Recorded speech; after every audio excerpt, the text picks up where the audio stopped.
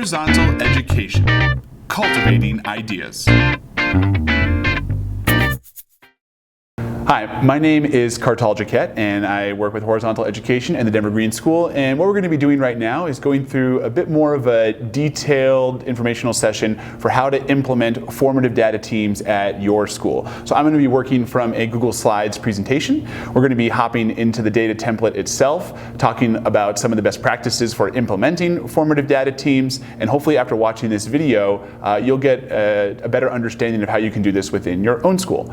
For a broader overview of why to implement formative data teams, that's a different video. Make sure to check that out on horizontaleducation.com. All right, so I want to provide you some of the basic information for formative data teams. This is some important things for you to keep in mind so you understand exactly what it is that we're talking about. So formative data teams are usually 3 to 4 team members. We organize those horizontally or vertically. So in our school, we have a kindergarten team, so that would be a horizontal team. They're working together, and we also have vertical teams like our 3rd, 4th, and 5th grade math team. Another key feature of formative data teams is that in our cycle we have 5 cycles, and we'll get a chance to, 5 meetings in one cycle, and we'll get a chance to break that down, what each cycle looks like and the different types of meetings. Meetings are approximately 45 minutes long, with each teacher talking about their students' data for about 15 minutes. And then each cycle focuses on one standard or skill, and that could be a common standard or skill amongst the entire team. For example, our literacy teachers have identified that identifying main idea and finding claims that support that is a very common skill that they need to work on. So our 6th, 7th, and 8th grade teachers might have that as a focus where they're all sharing that, but in other data teams, different teachers are focusing on different standards or skills. So just want to talk a little bit about the template, because sometimes when you open it up, it can seem like it's too big, it's too confusing, but really it's just a way to record simple conversations. So one of the first features to note about the template is that there are 2 different colored sections. There are the gray sections, and so in this particular example you'll see the part that says instructional next step for following week, what will happen and when will it happen. And those sections are meant to not be filled out until the data team meeting itself. The note taker in the meeting is going to record the action steps that were identified by the team, and that's where that's going to go. You'll see those green boxes. Now those green boxes are what we dub homework, and that's information that each teacher is responsible for filling out before data teams. So before a data team, it's very common that a teacher would have given some type of exit ticket or formative assessment, and then they would have taken that information and maybe just looked at one question and sorted the students from how they performed on that one question, or maybe it's a couple, into 3 or 4 different instructional groupings. So then they come to data teams, they've already identified those students, and then they've said, like in this particular example, there were some students that drew a tape diagram for understanding rate and ratio, but they really didn't seem to understand the tape diagram, and then there's another group of students that did understand it, and they just made an execution error, excuse me. And so those are going to be 2 different groups. So again, those green sections are homework. Teachers do that in advance during a planning time. We have early release Fridays, so often our teachers will handle some of their grading from like 1 to 1:30, and then be ready for their data team meeting at 2 or 2:30 or 1:45, whenever their data team meeting is. Some other important parts to understand about the process is the different types of meetings. There are 3 different types of meetings within this formative data team process.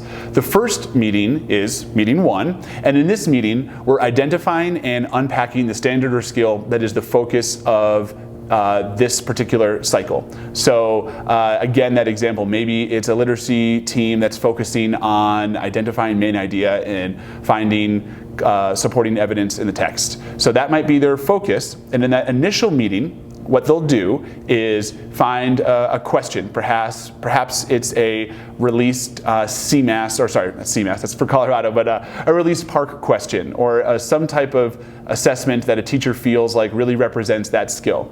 And then the teachers will, maybe it's a piece of student work from a prior year, maybe it's their own teacher exemplar. They'll get a chance to look at that exemplar and unpack what are the key features of this? What skills does the student need to have in order to be able to execute this skill successfully? And that really helps to drive what are we then instructing. So that's going to be a focus of the first meeting, identifying and unpacking the standard and skill, as well as having an exemplar that can be referenced for what steps need to be taken, and then therefore what steps need to be instructed for students. The second meeting is when you're making whole class instructional moves. So you've introduced this skill, you've taught it, you're coming into the second meeting, you have some of your early student work coming back to you, and then maybe you can see, oh my gosh, it seems like for the whole class, or for the vast majority of the class, we're really struggling to use transitions when we're bringing in supporting evidence. And you know what, I didn't really teach that well enough, so I really want to make sure this next week for the whole class to hit transitions like in the text it says, or as the author states, and just make sure that that's part of my mini lesson, because that was something I saw that the whole class was struggling with. And that's going to be the focus of the week 2 meeting, whole class instructional moves. And then meetings 3, 4, and 5 are really exactly the same, and they represent the heart of the data process. In meetings 3, 4, and 5, you're going to be identifying groupings of students, and these are flexible groupings. The students can change week over week, and you're going to be identifying a common trait that this group has. So maybe after doing that whole class reteach about how to use transitions when bringing evidence into their essay, there's still a group that struggles with that. Well, maybe that's one of your instructional groupings. And you have another group that they're nailing that, they have their transitions, they're getting evidence from the text, but they're not really explaining it well enough. Okay, maybe that's your second group.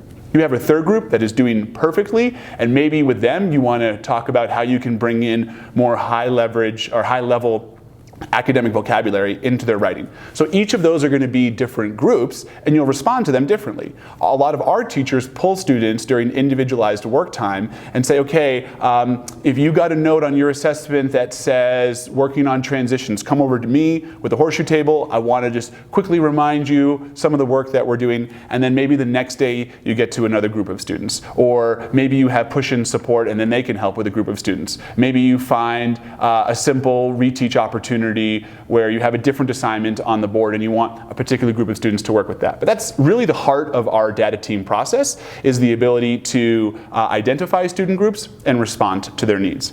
All right, let's talk a little bit about the template itself, because it can look quite large. And so I'm just going to go up and pull up our template. Okay, so the first thing to understand about the data template is that it has different columns for different teacher. So in this one we have teacher 1, teacher 2, and teacher 3. Each of those teachers has their own column. And then each week in the data cycle is divided by these yellow lines. So you can see right here, here is week 1. Moving down, week 2. So each section, even though this document looks really large, is really just one teacher's week, and there's only a few questions that they have to answer. Remember, the gray boxes are things that you'll talk about in the meeting, so there's no homework for the first meeting. And then this green box lets you know, hey, here's next week's homework. Make sure you have this done by the following data cycle. So as we can see in week 2, the only piece of homework is to have sorted students into different proficiency bands based on how they did. Then as a team, you're going to be discussing the whole class trends. What are some of the strengths and what are some of the missteps that students made? So this, again, this gray box is going to be what you discuss. And inside that box, you can see there are questions. So in this particular question, in week 2, the facilitator would say, what aspects of the teacher-created exemplar did you most commonly see in student responses? That would be a strength. And then what are the gaps between the student work and the teacher exemplar? So the facilitator would actually read those questions, and the answerer would answer them, and the note-taker would record them right in the document. As far as other features of the document, just to note, again, we talked that weeks 3, 4, and 5 are very similar. The only difference is that you get an opportunity to write down your prior instructional next step for weeks 4 and 5. So you've said, oh, with this group that struggled with transitions, I did a reteach. And then that way you can kind of remember what are some of the moves that you've been making to support individual students. What I'd like to do is just get a chance to, a few other parts of the template. You'll see we have an example, and in this example there are ways that you can see how the students, how a different teacher use this exact template, and then each of the cycles are listed out right here. So if you run multiple cycles like our school does, and our school runs 5 cycles over the course of the year, and 5 meetings in each cycle, so about 25 data teams, you have an opportunity to put those all in there as well. Let's talk a little bit about the flow of the meetings. So let's get to the heart of it. So like a week 3 is a good example. The facilitator would ask, hey, what student work did you bring today? And they might say, this is this week's exit ticket where students had an opportunity to add fractions with unlike denominators. The data team would then comment, does this align to the standard that we identified? And in week 1, they get a chance to put their standard right up top. So that standard, you can see it stays in the freeze column, so we always know which standard we're focused on, so that way we can really be aligned to our common sense of purpose, our standard. So then after identifying the work that is being brought in, the teacher will have already entered in the students and what their common characteristic is. So maybe for unlike denominators, it was adding fractions with unlike denominators. There was a student that did not make common denominators. That's likely going to be a group that you're going to have. So you would write, when compared to the teacher exemplar, group 1 did not make common denominators. And this is homework that the teacher would have done in advance. Although honestly it's in school, it's not necessarily homework, and they would write which students they need to respond to for that particular move. And then when the team is meeting, the facilitator is going to make sure that we identify what response are we going to have for the students and when are we going to have that response. All right, so hopefully you get a little bit of a better understanding of our data template. And yes, there are so many boxes in here, but just keep in mind there are 3 teachers and there's 5 weeks. So each week you're only really responsible for a very small fraction, 1/15, of this particular data template. So moving back over to our presentation, I want to talk a little bit about some of the best practices within a data team to make sure that you can run that successfully.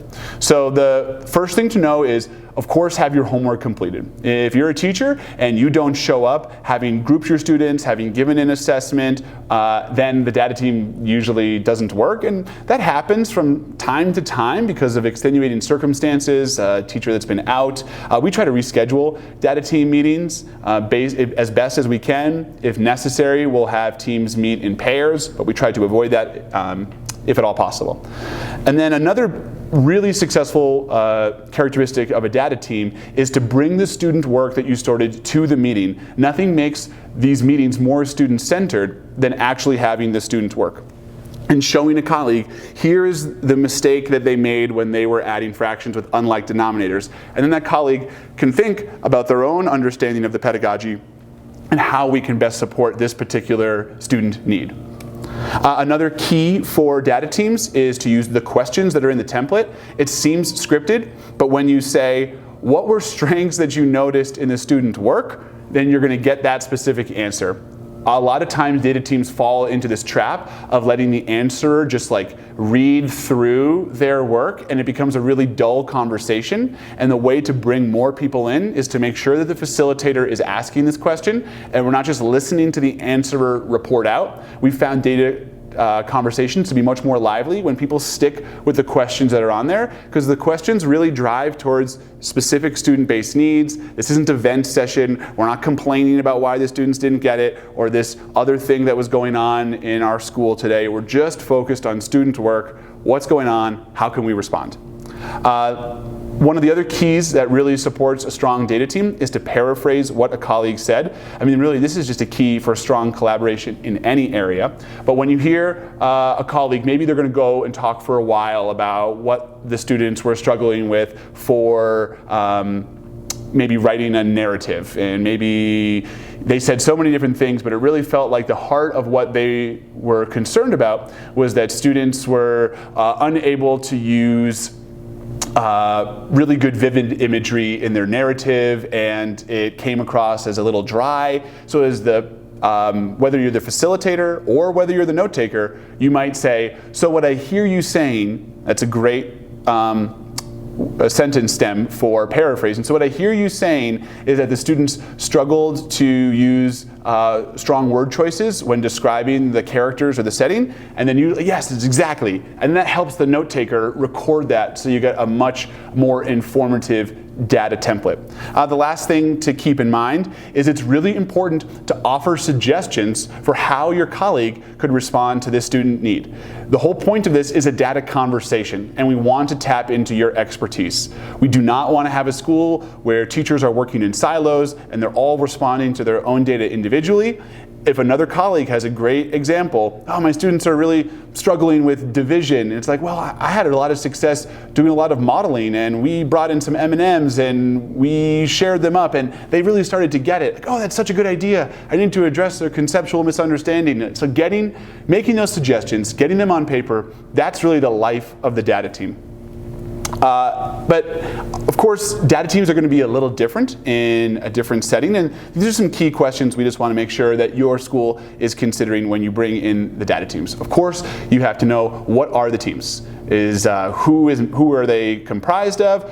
It shifts every year for us. Are your English language acquisition support teachers, are they their own data team, or are they pushing in and supporting data teams? Same thing for your special education teachers. What role do administrators play? So this is a question that your school will have to consider. Another thing, of course, is when will data teams meet? We're fortunate enough to be an early release school. We have 1 day a week where students leave at 12:45, and every day teachers stay until 3:45. And we're able to do that because we have extended day on Monday through Thursday. I highly advise that. That's a side note. And we have data teams as a protected part of our Fridays. If you don't have that, obviously non-contact days are an option.